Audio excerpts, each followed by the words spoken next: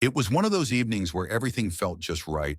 The sun was setting, the air was calm, and my dog was out on the lawn rolling in the grass like the goofball he always is. Neighborhood kids were laughing and running around, tossing a ball back and forth for him to fetch. He was wagging his tail so hard you could hear it thumping against the ground. It felt like one of those picture-perfect moments, the kind you wish you could freeze forever. But I had no idea that in less than half an hour, police cars would be parked outside my house, neighbors would be filming with their phones, and my dog would be at the center of a ridiculous HOA drama, thanks to one person, Karen.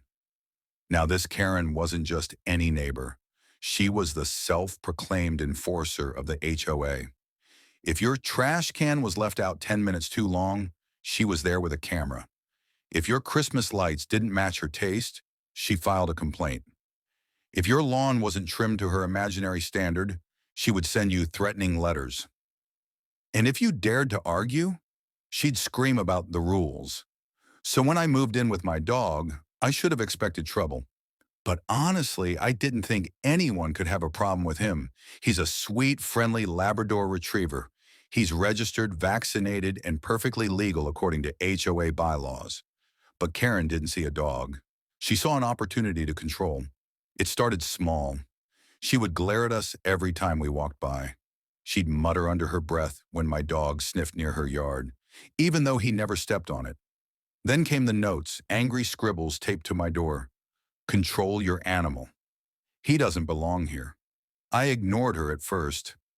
Most people told me, that's just Karen being Karen. But then she escalated. She started yelling from across the street whenever my dog barked, even though it was just a normal bark at the mailman. She claimed he barked all night, disturbing her sleep. Funny thing is, half the neighborhood's houses face mine, and not a single other person heard him. The day everything boiled over, it was a warm weekend afternoon. My dog was in the yard chasing a frisbee with some of the kids. Parents were sitting on their porches, sipping drinks, enjoying the day. Out of nowhere, Karen stormed down the street. Her face was red, her voice sharp as a knife. She shouted, "Waku, that dog is dangerous. He doesn't belong here." Everyone froze. The kids pulled back, confused. I tried to stay calm. I told her, "Karen, please relax. He's friendly, he's registered, and pets are allowed in this neighborhood. He hasn't done anything wrong." But Karen wasn't listening. She marched right up to me, pointed her finger in my face, and yelled, "I don't care what you say. If you don't get rid of that mutt, I'll make sure the police do it for you." And then, in front of me and half the neighbors, she pulled out her phone and dialed 911. I honestly thought she was bluffing, but she wasn't. Within minutes, we all heard the sirens. Blue and red lights flickered across the houses as a police cruiser turned the corner and pulled up in front of my yard. Karen folded her arms and smirked, like she had already won. "See?" she said loudly.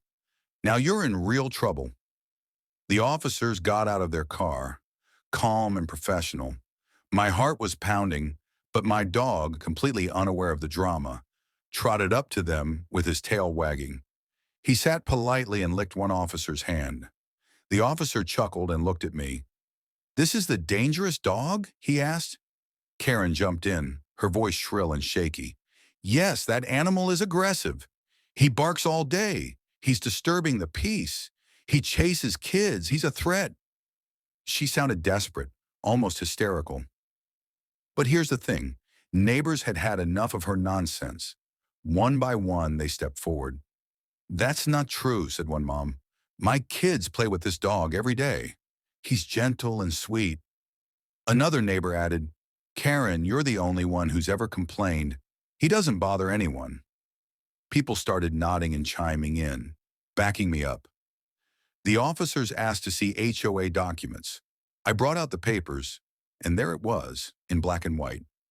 Pets were allowed as long as they were registered and up to date with vaccinations. My dog met every requirement. Karen had nothing. The officer turned to her and said, "Ma'am, filing false complaints is serious. If you continue to waste police resources like this, you could face charges." You should have seen her face. Her confidence melted away in seconds. She sputtered something about just trying to keep the neighborhood safe and then stormed off, slamming her door so hard the windows rattled. The officers gave my dog one last pat on the head before leaving.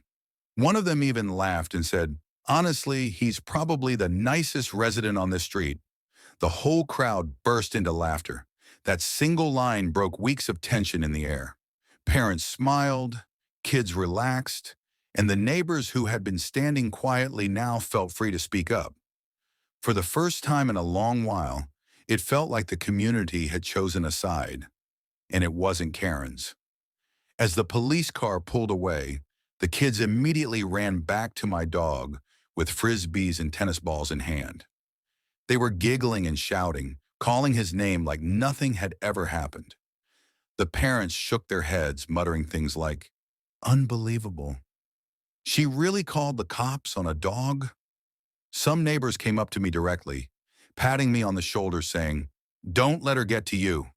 We're all with you on this." It was in that moment I realized Karen hadn't just embarrassed herself. She had exposed herself to the entire block. A few weeks later, the HOA scheduled a meeting. Word spread quickly, and when the day came, the room was packed. I had never seen so many people show up. Neighbors who had stayed silent for months finally had their chance to speak, and one after another, they stood up.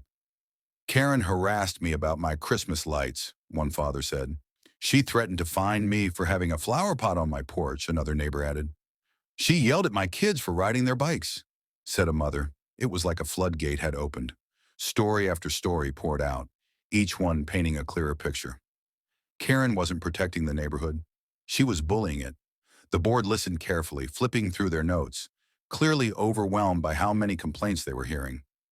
Finally, the president of the HOA looked directly at Karen and said, "This stops now. You've crossed the line too many times.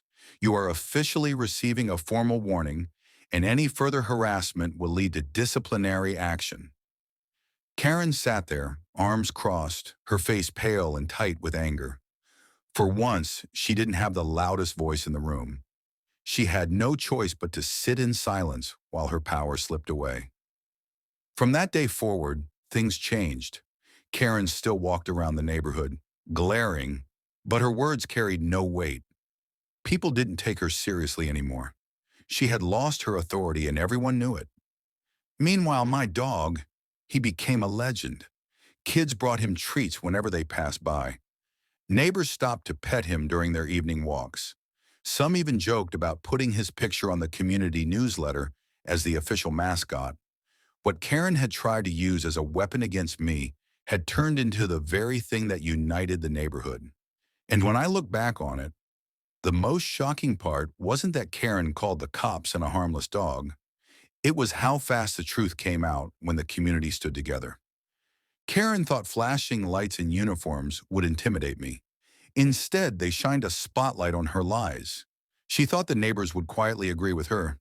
Instead, they rose up and defended the truth. At the end of the day, this was never just about a dog. It was about standing up to bullies who hide behind rules, who misuse authority, and who believe fear can control people. Karen wanted to prove she had power, but all she proved was how powerless she really was when the community came together. And as for my dog, he didn't care about HOA meetings or arguments. He didn't care about power struggles or warnings. He just wagged his tail, played with the kids, and curled up at my feet every night, completely unaware that he had just won a battle against the neighborhood's biggest bully and become the true heart of our community.